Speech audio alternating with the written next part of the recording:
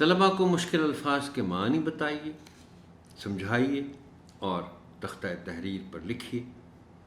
آپ کی آسانی کے لیے چند الفاظ اور ان کے معنی ذیل میں پیش کیے جا رہے ہیں۔ دائی، آنکھ مچولی میں آنکھیں بند کرنے والا۔ اب یہ ایک ایسا لفظ ہے جس کے حوالے سے آپ بچوں کو دوبارہ سے یہ بات بتا سکتے ہیں کہ ایک لفظ کے کئی معنی ہوتے ہیں۔ اب دائی کے بلکہ یہ والے جو معنی ہیں یہ تو کم ہی ذکر میں آتے ہیں۔ دائی کے کم از کم 3 معنی ہیں۔ ایک فی الحال میں آپ سے صرف 2 کا ذکر کرتا ہوں۔ ایک تو یہی ہے کہ آنکھ مچولی میں آنکھیں بند کرنے والا جو بچہ ہوتا ہے اس کو دائی کہتے ہیں، اور دوسرے معنی اس کے یہ ہیں کہ جو نوزائیدہ بچے کو دودھ پلائے اس کو بھی دائی کہا جاتا ہے۔ ارد گرد، چاروں طرف۔ سمت، جس کو کئی لوگ سمت پڑھ جاتے ہیں تلفظ کے معاملے میں۔ سمت کے معنی ہے طرف، طرف، اور یہ طرف جو ہے اس کے ساتھ بھی جاتی ہو جاتی ہے کہ اس کو طرف پڑھ جاتے ہیں لوگ، اس طرف۔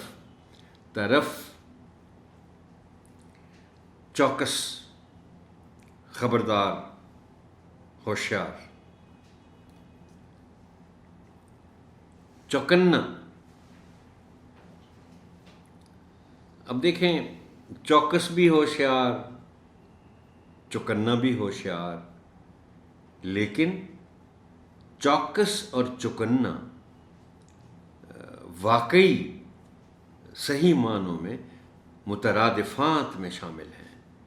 یعنی آپ بڑی آسانی سے چوکنا کی جگہ چوکس استعمال کر سکتے ہیں اور چوکس کی جگہ چوکنا استعمال کر سکتے ہیں۔ حس، محسوس کرنے کی قوت۔ میں آپ سے ایک سے زیادہ مرتبہ یہ بات کر چکا ہوں پہلے کہ بعض جگہوں پر جہاں ضرورت واقعی آپ محسوس کریں تو آپ انگریزی کے الفاظ مترادفات کے طور پر استعمال کر سکتے ہیں۔ ابھی جو حس ہے، ہو سکتا ہے بعض بچوں کے لیے یہ لفظ نیا ہو، حس، لیکن بچے پہلی اور دوسری جماعت تک پہنچتے وہ 5 سینسز کی بات ضرور کرتے ہیں۔ تو آپ بتا سکتے ہیں بچوں کے کہ حس کا مطلب سینس ہے، یا سینس کا مطلب حس ہے، اور حس کی جمع حسیات ہے یا حصیں ہے۔ نظم و ضبط، اصولوں کی پابندی۔ اب اصول اگر کچھ بچوں کے لیے نیا لفظ ہے تو آپ کہہ سکتے ہیں کہ جو آپ کے لیے پابندیاں ہیں ان کے مطابق چلنے کو کہتے ہیں نظم و ضبط۔ مظاہرہ کرنا، دکھانا،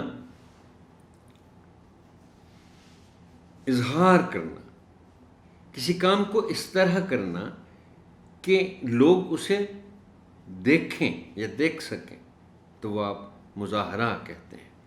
سرکانا، پرے کرنا، مقبول، پسندیدہ، جس کو زیادہ لوگ پسند کریں۔